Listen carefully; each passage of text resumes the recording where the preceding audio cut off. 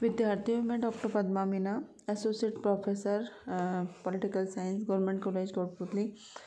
आज के व्याख्यान में मैं आपको अंतर्राष्ट्रीय राजनीति का जो द्वितीय प्रश्न पत्र है बीए पार्ट 3, उसका जो द्वितीय प्रश्न पत्र है अंतर्राष्ट्रीय संबंध। अंतर्राष्ट्रीय संबंधों में जैसा कि मैंने आपको पहले पूर्व में बता चुकी हूँ मैं पिछले व्याख्यान में कि उसमें मैंने विश्व की दो महाशक्तियों संयुक्त राज्य अमेरिका और साम्यवादी सोवियत संघ के बीच जो वैचारिक द्वंद्व, प्रतिस्पर्धा, अविश्वास और तनावपूर्ण माहौल था, उसे हमने शीत युद्ध के नाम से जाना था और शीत युद्ध की जिसे संज्ञा दी गई थी। तो शीत युद्ध की प्रकृति क्या थी, शीत युद्ध के कारण क्या थे, शीत युद्ध के प्रमुख लक्षण क्या हैं। उसके पश्चात मैंने आपको बताया था कि शीत युद्ध के कारण क्या रहे हैं। उसमें मैंने आपको पूर्व में बताया था कि ऐतिहासिक कारण रहे शीत युद्ध के कि फिर द्वितीय मोर्चे का प्रश्न, युद्ध के बाद संयुक्त राज्य अमेरिका और सोवियत संघ के उद्देश्यों में अंतर, सोवियत संघ द्वारा याल्टा समझौते की अवहेलना, सोवियत संघ द्वारा बाल्कन समझौते का अतिक्रमण और उत्तरी ईरान से सोवियत संघ द्वारा सेनाएं न हटाया जाना और यूनान में सोवियत संघ का हस्तक्षेप, इन सब के बारे में ये सब कारण रहे जिन्होंने कि शीत युद्ध को बढ़ावा दिया दोनों महाशक्तियों के बीच। ये मैं आपको पूर्व के व्याख्यान में बता चुकी हूँ। आज अब उससे अगले व्याख्यान में मैं आपको शीत युद्ध के कारणों का विवेचन प्रस्तुत कर रही हूँ, जिसमें टर्की पर सोवियत संघ का दबाव भी शीत युद्ध का कारण रहा, क्योंकि युद्ध के तुरंत बाद सोवियत संघ ने टर्की के कुछ भूप्रदेशों और बॉस्फोरस में नाविक अड्डा बनाने के लिए दबाव डालना शुरू कर दिया था।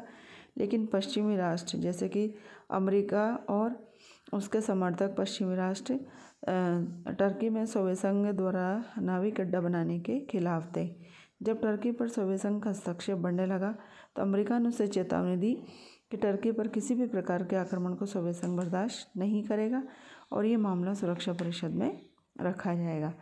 इसके पश्चात अणुबम के आविष्कार ने दोनों महाशक्तियों के संबंधों को पूरी तरह से बिगाड़ दिया, क्योंकि जैसे ही शीत युद्ध का सूत्रपात हुआ उसका एक प्रमुख कारण अणुबम का आविष्कार भी माना जाता है, क्योंकि जब अमेरिका ने अणुबम जापान के हिरोशिमा नागासाकी पर गिराया तो ये माना जाता है कि अणुबम ने केवल हिरोशिमा का ही कोई नष्ट नहीं किया, बल्कि इन जो युद्धकालीन मित्र राष्ट्रों की मित्रता का भी अणुबम ने अंत कर दिया।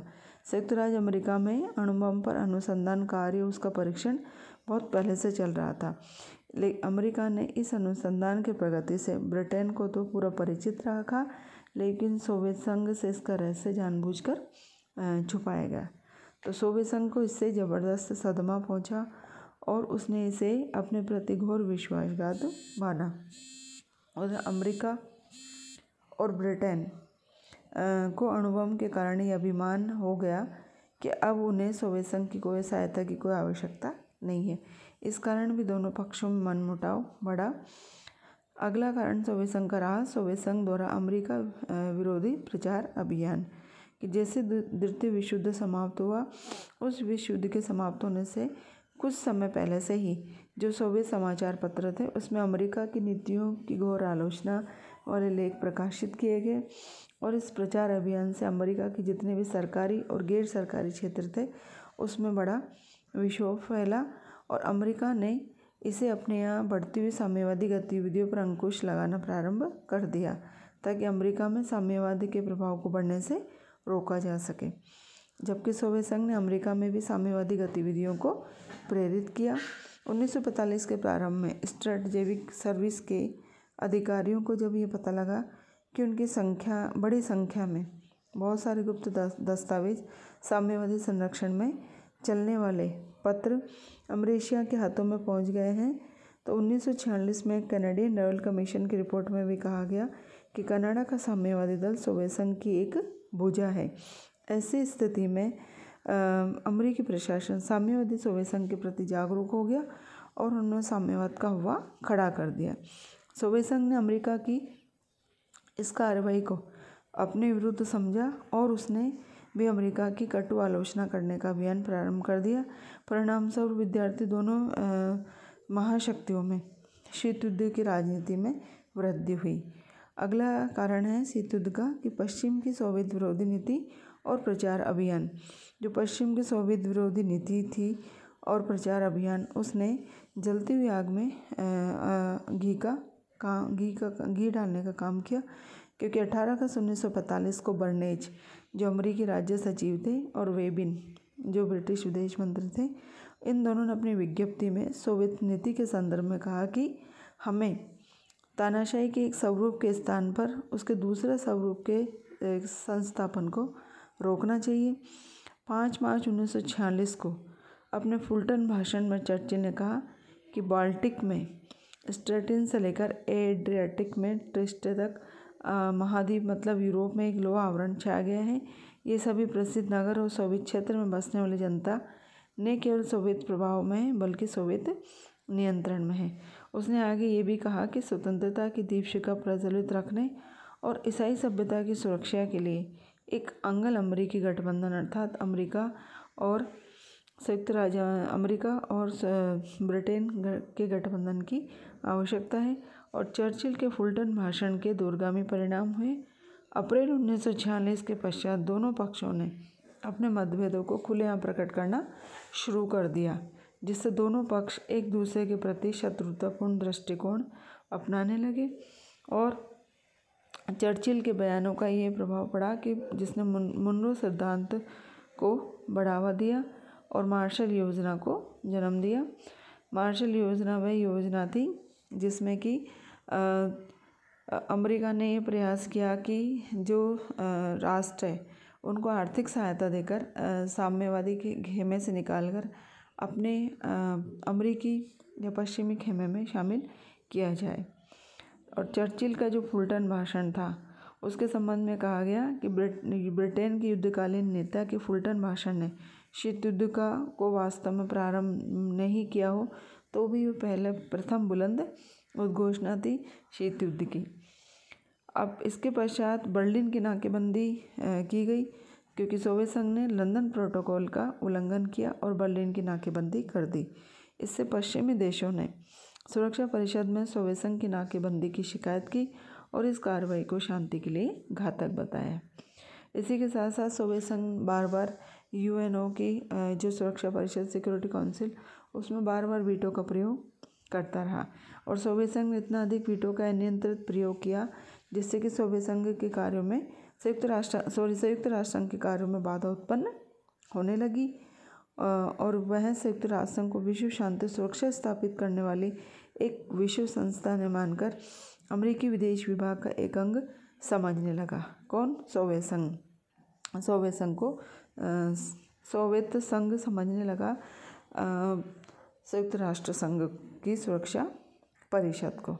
इसी के साथ साथ उसने वीटो का इतना अधिक प्रयोग किया कि जो संयुक्त राष्ट्र संघ की सुरक्षा परिषद में जो भी पश्चिमी देशों द्वारा प्रस्तुत कोई प्रस्ताव आता था तो सोवियत संघ हर संभव तरीके से उस प्रस्ताव को निरस्त करने की उसने नीति अपनाने की ठान ली। और जब सोवियत संघ द्वारा वीटो का बार बार दुरुपयोग किया गया तो पश्चिमी राष्ट्रों की मान्यता बन गई कि वे इस संगठन को अर्थात सोवियत संघ को समाप्त करने के लिए प्रयत्नशील हैं। अमेरिका और उसके पश्चिमी राष्ट्र इस कारण पश्चिमी राष्ट्र सोवियत संघ की कटु आलोचना करने लगे और इसके परिणाम स्वरूप उनमें परस्पर विरोध और तनाव का वातावरण बढ़ता ही चला गया।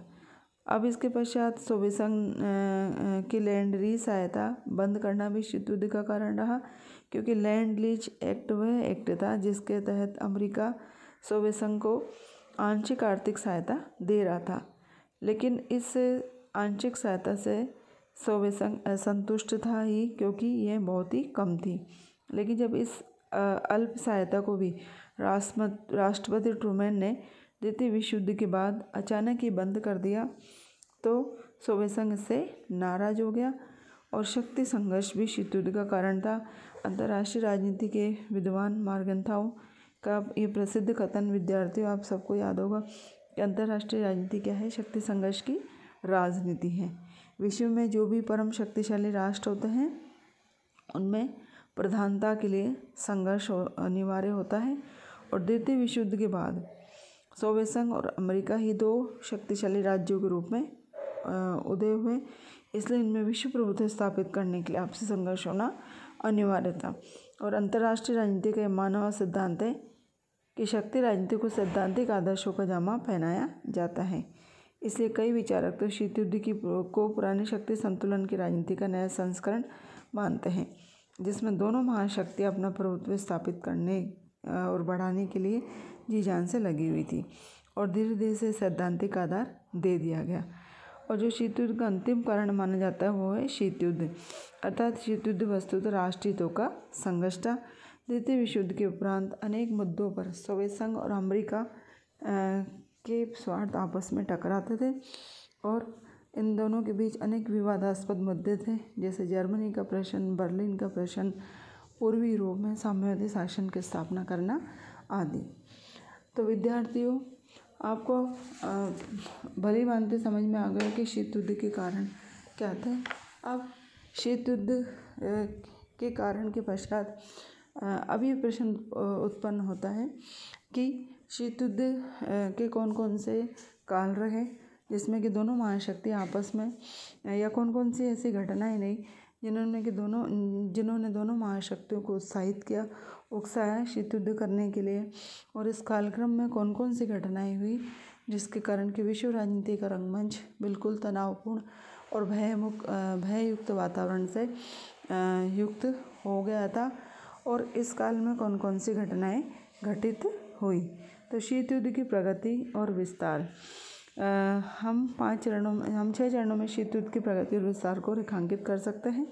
पहला चरण है समय अनुसार 1917 से लेकर 1945 तक, दूसरा चरण है 1946 से 1953 तक, और तीसरा चरण है 1953 से 1958, और चौथा चरण है 1959 से 1962, और पांचवा चरण है 1963 से 1979 1979, और छठा चरण है 1980 से 1989। तो शीत युद्ध के विस्तार का प्रथम चरण 1917 से 1945 माना जाता है। इसमें माना जाता है तो जो अमेरिकी विद्वान हॉल और फ्रेंच विद्वान ऑन्द्रे फोन्टेन का ये मानना है कि जो अंतर्राष्ट्रीय राजनीति है उसमें शीत युद्ध का प्रारंभ 1945 में नहीं बल्कि 1917 में बोल्शेविक क्रांति के साथ ही शुरू हुआ, जिसमें राज्य शक्ति का नया स्वरूप और सामाजिक आर्थिक विकास का वैकल्पिक कार्यक्रम हमारे सामने आया। तो विचारधाराओं के संघर्ष में ये माना जाता है कि शीत युद्ध का प्रारंभ उसी दिन से हो जाता है जिस दिन 1917 में रूस में बोल्शेविक क्रांति हुई, और 1917 में विश्व रंगमंच पर या विश्व पटल पर प्रथम साम्यवादी राज्य अर्थात सोवियत संघ का उद्भव हुआ, और जिसमें कार्ल मार्क्स के विचारों को मूर्त रूप दिया गया। धन्यवाद। अगले व्याख्यान में मैं इस काल की कौन कौन सी घटनाएं